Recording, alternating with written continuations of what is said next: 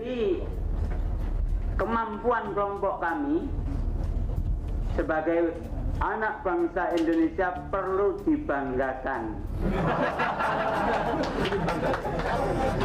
dan perlu disalahkan karena salah penerapannya.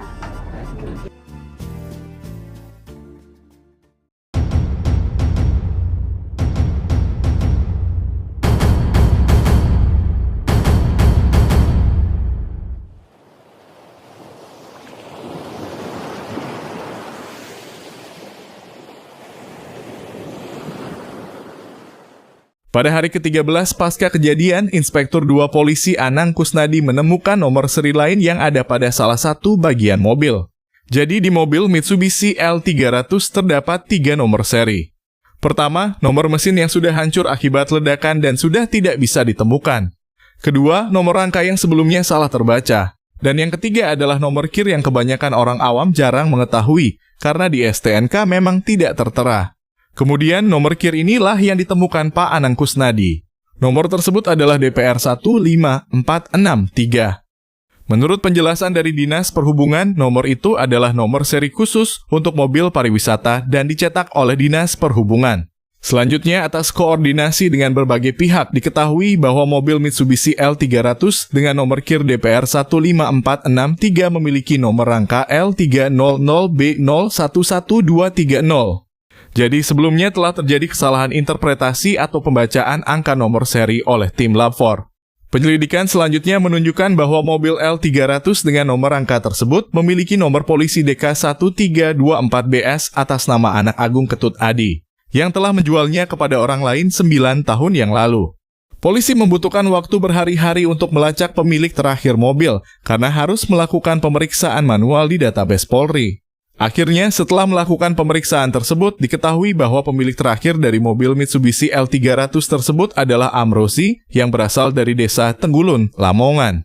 Dengan cepat, tim dari kepolisian langsung menuju ke Lamongan untuk mengintai dan mengamati situasi di sekitar rumah dan lingkungan Amrosi. Polisi tidak langsung menangkap Amrosi karena mengingat yang menjadi target bukanlah penjahat biasa seperti pelaku curanmor atau copet.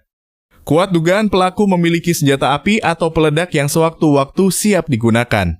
Maka dari itu polisi menunggu saat yang tepat dan aman untuk melakukan tindakan. Setelah Amrosi terpantau, tim khusus dari kepolisian langsung dikirim ke Lamongan. Tim ini berasal dari Satgas Anti Narkoba yang merupakan tim khusus di bawah komando Goris Mere. Tim ini terdiri dari 60 anggota terbaik yang sebelumnya telah menjalani pelatihan khusus di Amerika Serikat. Tim inilah yang merupakan cikal bakal dari terbentuknya Densus 88. Tim ini dipimpin oleh Carlo Brixteo. Pada tanggal 4 November 2002, polisi yang menyamar sudah berhasil selama beberapa kali melakukan kontak dengan Amrosi melalui SMS. Amrosi berhasil dipancing keluar rumah dengan alasan jual beli mobil bekas. Namun di tanggal 5 November 2002, saat pagi hari, Amrosi tiba-tiba saja menolak bertemu dengan alasan sedang sakit. Tidak mau berisiko targetnya lolos, akhirnya polisi langsung mengepung dan menangkap Amrosi dan nyaris tanpa perlawanan. Penangkapan Amrosi ini membuat Kapolri sangat senang karena memang instruksi beliau saat itu adalah untuk menangkap pelaku hidup-hidup agar memudahkan proses penyelidikan. Sesaat setelah Amrosi ditangkap, istri Amrosi dengan cepat mendatangi Ali Imron yang rumahnya memang dekat. Ada pesan dari Amrosi, kamu disuruh lari secepatnya, kata istri Amrosi kepada Ali Imron. Tidak buang-buang waktu, Ali Imron segera melarikan diri ke Gresik untuk bertemu dengan Muklas dan Imam Samudra. Setelah Amrosi berhasil ditangkap, mereka mau tidak mau harus melarikan diri secara terpisah.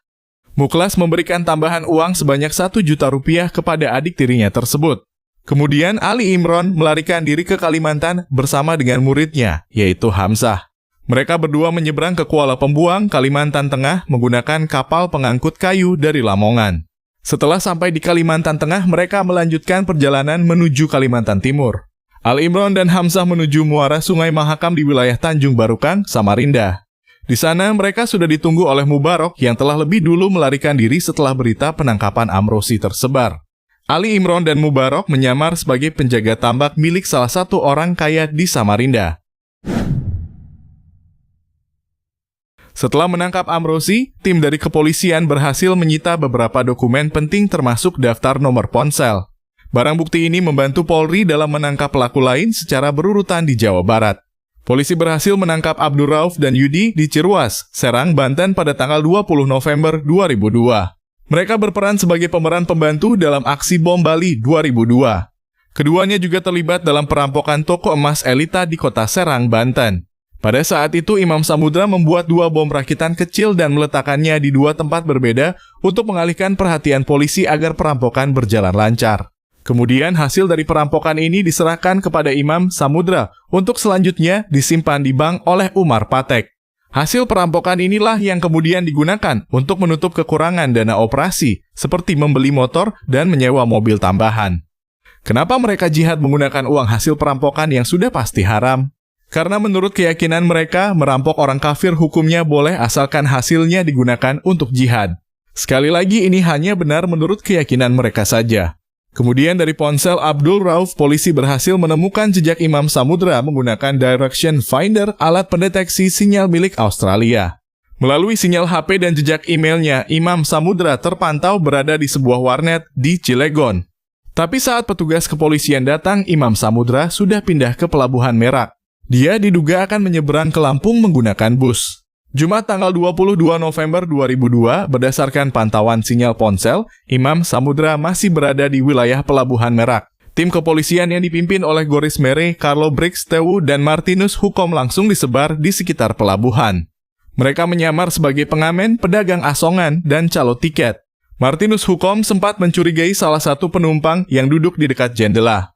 Penumpang tersebut memakai topi dan sempat menundukkan kepala saat polisi berpakaian preman melihatnya. Atas dasar ciri-ciri yang sudah disebutkan oleh Abdul Rauf, akhirnya polisi menyergap sebuah bus yang hendak memasuki kapal Nusa Agung di dermaga 1 Pelabuhan Merak.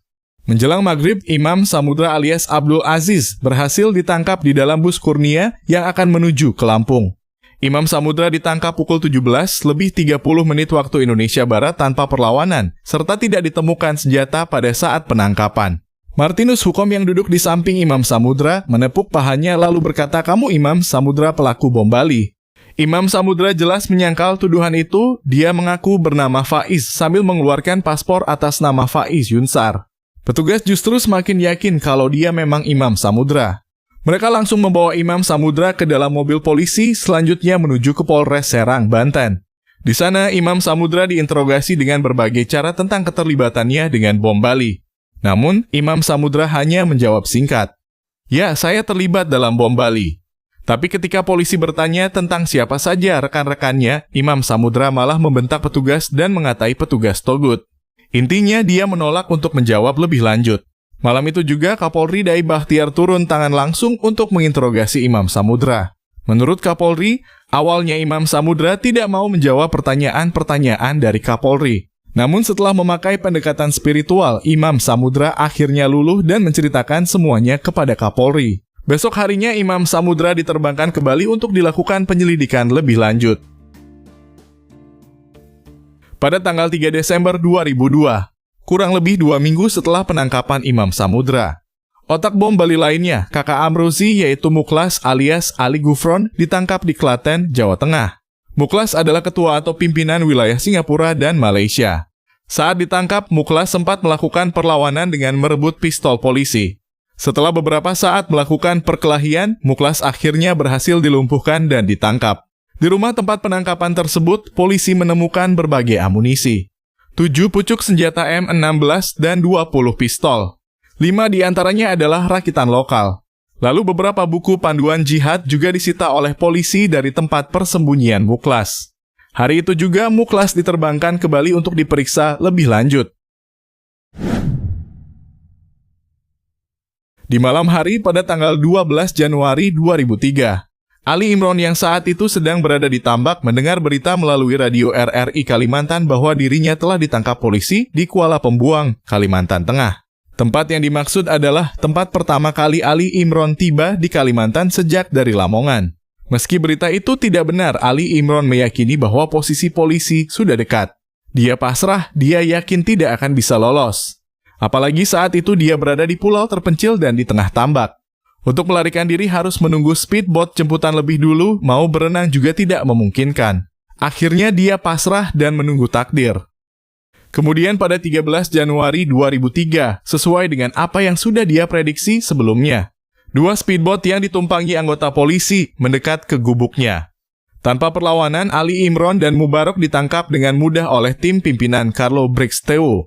Di kemudian hari baru terungkap bahwa Carlo Brixteu dan pasukannya ternyata sudah hampir 1 bulan mengejar Ali Imron. Di bulan Desember, polisi menyebar sketsa wajah Ali Imron ke berbagai tempat, termasuk ke pelabuhan dan nahkoda kapal di sekitar Jawa Timur. Hingga akhirnya, jejak Ali Imron pun terdeteksi berkat kesaksian kru kapal pengangkut kayu yang ditumpangi oleh Ali Imron.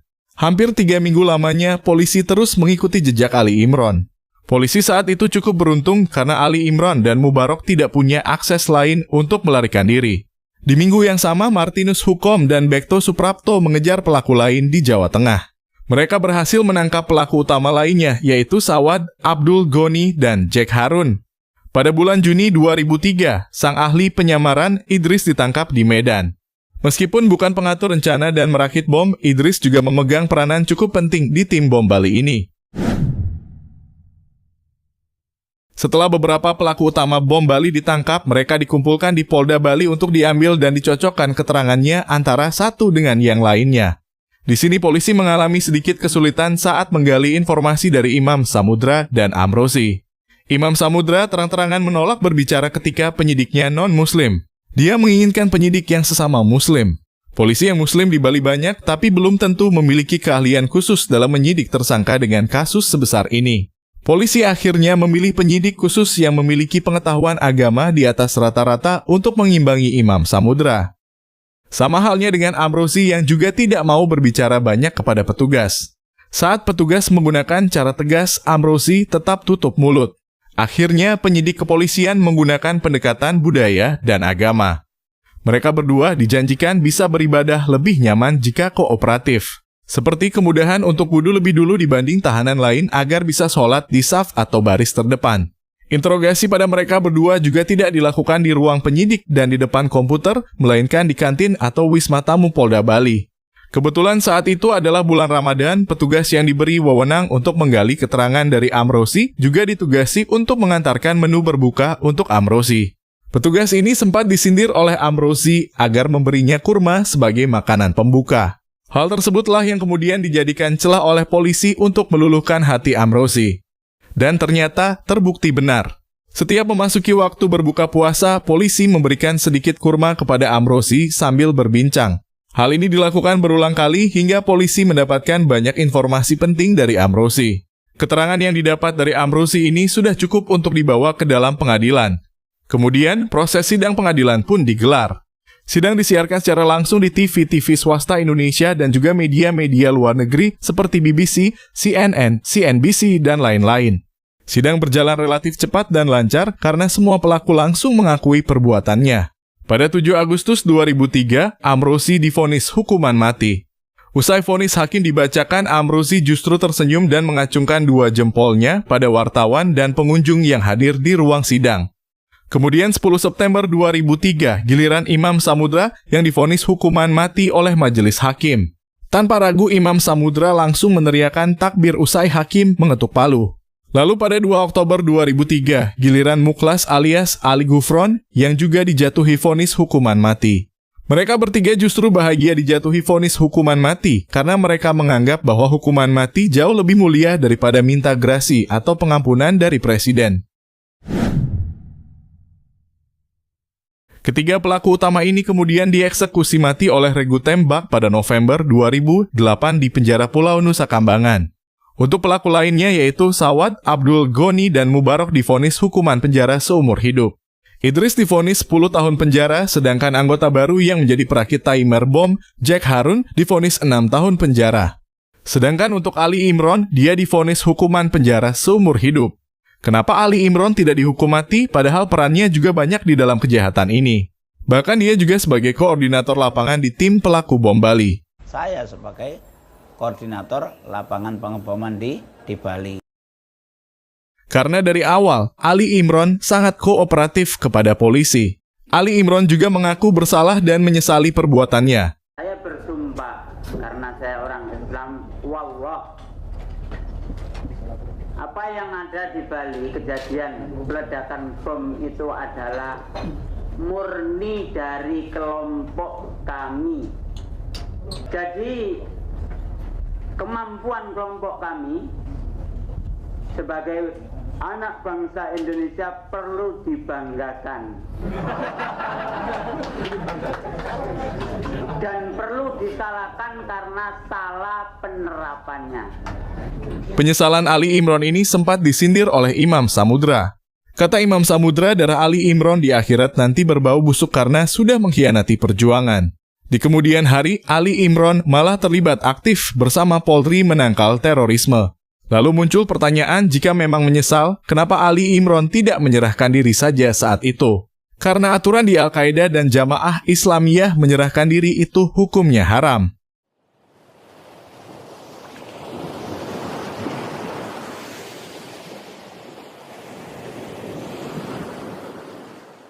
Meskipun otak pelaku bom Bali dihukum mati, akan tetapi kasus bom Bali 2002 ini tentu saja belum tuntas. Karena berdasarkan keterangan pelaku yang sudah tertangkap atau disidang, total yang terlibat aktif dalam bom Bali 2002 ini berjumlah 33 orang. Beberapa di antaranya bahkan belum tertangkap. Menurut Nasir Abbas, mantan anggota Jamaah Islamiyah Malaysia, tim bom Bali ini termasuk tim terbaik. Ada angkatan pertama dan tertua di Indonesia, ada angkatan ke-9 yang merupakan lulusan terbaik Akademi Militer Kandahar. Ada juga ahli bom kesayangan Osama bin Laden yang merupakan ahli bom terbaik yang pernah dimiliki Al-Qaeda. Jadi wajar apabila mereka masih banyak yang belum tertangkap dan jejaknya seperti hilang. Kemudian pada tahun 2005, manusia misterius dan ahli bom Dr. Azhari tewas disergap tim walet hitam di Jalan Flamboyan, Batu, Malang. Dr. Azhari sebelumnya sudah diintai selama sebulan lebih.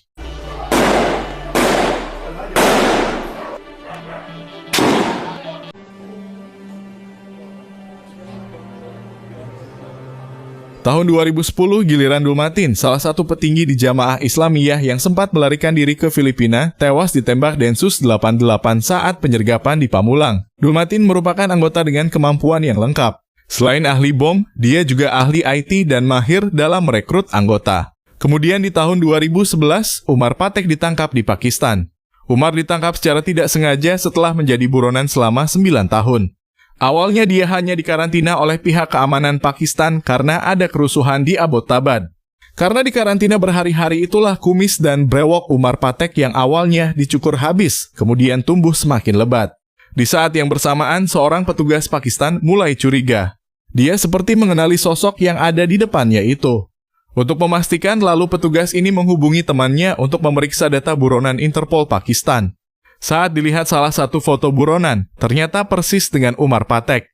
Menurut kesaksian Umar Patek, petugas Pakistan tersebut berteriak di depan komputer karena saking senangnya. Maklum saja, karena saat itu kepala Umar Patek dihargai $1 juta oleh Amerika Serikat. Setelah ditangkap, Umar Patek tidak langsung diserahkan pada pemerintah Indonesia, tapi diinterogasi dulu karena takutnya dia merencanakan peledakan di Pakistan. Setelah menjalani serangkaian proses persidangan dan rekonstruksi, akhirnya pada bulan Juni 2012, Umar Patek divonis 20 tahun penjara. Dalam aksi bom Bali 2002, Umar Patek adalah orang yang memiliki tugas mengurus logistik seperti senjata, amunisi, dan mengambil uang di bank. Dia juga memiliki keahlian dalam membuat bom. 10 Desember 2020, anggota paling senior di Jamaah Islamiyah, yaitu Zulkarnain alias Aris Sumarsono alias Daud alias Zainal Arifin alias Abdurrahman ditangkap di Gang Kolibri Toto Harjo, Purbolinggo, Kabupaten Lampung Timur, Lampung. Dia menjadi buronan kepolisian selama 18 tahun. Zulkarnain adalah alumni Afghanistan angkatan pertama. Dan keterlibatan Zulkarnain dalam tindak pidana terorisme salah satunya adalah berperan membuat unit KOS atau pasukan khusus, yang kemudian terlibat bom Bali dan konflik-konflik di Poso dan Ambon. Dia juga yang mendirikan kamp pelatihan di Mindanao, Filipina. Di Filipina dia antara lain memberi pelatihan infanteri dan perakitan bom. Jadi, selain merupakan anggota senior, Zulkarnain juga memiliki keterampilan yang lengkap. Dalam peristiwa bom Bali 2002, Zulkarnain berperan sebagai penasehat dan memberikan arahan sebelum pelaksanaan pengeboman. Zulkarnain merupakan mantan HRD perusahaan besar, jadi tidak heran jika manajemen Jamaah Islamiyah di Indonesia sangat rapi. Salah satu alasan kenapa dia bisa menjadi buronan sangat lama dan sulit ditangkap adalah kedisiplinannya dalam mematuhi SOP Jamaah Islamiyah dalam menghindari polisi. Di Jamaah Islamiyah ada panduan mulai dari yang paling kecil hingga yang paling besar. Seperti cara mencari dana mulai dari yang ilegal seperti kotak amal palsu, perampokan, hingga cara legal seperti pemilikan tambak dan tambang. Semuanya ada dalam buku panduan tersebut. Dalam buku itu juga terdapat cara menghindari petugas kepolisian, cara mencari kontrakan yang aman, cara membaur dengan warga, ciri-ciri warga yang harus dihindari, dan lain-lain. Jika menyewa kontrakan sendirian, ada panduannya. Jika berkelompok juga ada panduannya. Contohnya, harus ada satu orang yang paling dikenal warga sekitar dan sering standby di kontrakan agar jika ada masalah, orang tersebut yang akan bertanggung jawab. Ini persis seperti yang dilakukan Idris di Bali saat kecelakaan bom yang meledak di kontrakan mereka di Jalan Menjangan. Mereka juga menerapkan salah satu poin dalam buku panduan, yaitu memutar lagu-lagu barat di kontrakan setiap hari untuk kamuflase. Seolah-olah mereka adalah orang normal yang tidak membenci produk barat. Karena kedisiplinan Zulkarnain, dia hingga membuat polisi pusing saat mengejar Upik Lawanga alias Taufik Bulaga. Upik Lawanga adalah aset terbesar Jamaah Islamiyah di Asia Tenggara yang merupakan murid terbaik Dr. Azhari. Selain masih muda, Upik Lawanga juga dikenal jenius. Anggota Jamaah Islamiyah yang lain memanggil Upik ini dengan sebutan profesor. Upik Lawanga yang sebelumnya sudah terlacak jejaknya oleh polisi tiba-tiba menghilang. Ternyata Upik Lawanga disembunyikan oleh Zulkarnain dan anggota lainnya. Jadi di Jamaah Islamiyah ada semacam anggota khusus yang tugasnya melindungi aset-aset penting organisasi. Anggota khusus ini dinamakan Toliyah. Toliyah beranggotakan orang-orang yang nama dan wajahnya belum masuk daftar pencarian orang, jadi anggota Toliyah harus bersih dari segala track record kejahatan. Meskipun Zulkarnain bukan anggota Toliyah, tapi dia tahu siapa saja di sekitarnya yang menjadi anggota Toliyah. Upik Lawanga tidak sadar bahwa selama ini dia dibuntuti oleh Zulkarnain. Upik Lawanga baru menyadari saat dia akan sholat di sebuah masjid di daerah Tanggamus, Lampung. Ketika sedang berwudu, Zulkarnain menghampirinya sambil berbisik. "Sudah kami siapkan peternakan bebek di Way Seputih, Lampung Tengah. Ini barang-barang yang kamu butuhkan." Saat itu Zulkarnain memberikan KTP palsu atas nama Syafruddin, kunci rumah kontrakan, dan sepeda motor. Di kontrakan baru itu, Upik Lawanga atau nama barunya Udin Bebek ditugaskan untuk membuat senjata rakitan sebanyak mungkin. Toliyah juga sudah menyiapkan bunker untuk menyembunyikan senjata dan amunisi. Lokasi kontrakan baru ini juga sangat strategis. Selain agak jauh dari pemukiman warga, samping kanan kiri rumah ini juga dikelilingi kandang bebek. Sangat cocok untuk menyamarkan suara saat Upik Lawanga mencoba senjata api rakitannya. 23 November 2020 adalah akhir pelarian Upik Lawanga. Dia akhirnya berhasil tertangkap di Lampung Tengah, Provinsi Lampung. Setelah menjalani rangkaian persidangan, akhirnya pada tanggal 8 Desember 2021, Majelis Hakim Pengadilan Negeri Jakarta Timur menjatuhkan vonis pidana penjara seumur hidup kepada Upik Lawanga. Kembali ke proses penangkapan Zulkarnain. Setelah 5 kali menjalani persidangan, akhirnya Zulkarnain divonis pidana 15 tahun penjara. Hingga saat ini, belum ada lagi pelaku bom Bali yang tertangkap. Jika dilihat dari kisah Zulkarnain yang berhasil menjadi buronan polisi selama 18 tahun lebih, besar kemungkinan di masa mendatang akan ada tersangka lain yang tertangkap juga. Karena tidak ada kejahatan yang sempurna. Seperti yang dilakukan Amrozi saat di Lamongan sebelum peledakan. Seandainya Amrozi saat itu tidak membeli mobil kepada temannya. Misalkan saja dia membeli mobil di showroom dengan KTP palsu. Dan andai saja para pelaku tahu mengenai letak nomor kir Mitsubishi L300 dan menghapusnya, bisa jadi mereka belum tertangkap sampai sekarang. Atau kemungkinan mereka melakukan aksi lain yang jauh lebih besar melebihi tragedi bom Bali 2002. Apapun itu, semoga aksi terorisme tidak terjadi lagi baik di Indonesia maupun di negara lain. Terima kasih sudah menonton, sampai ketemu di video berikutnya.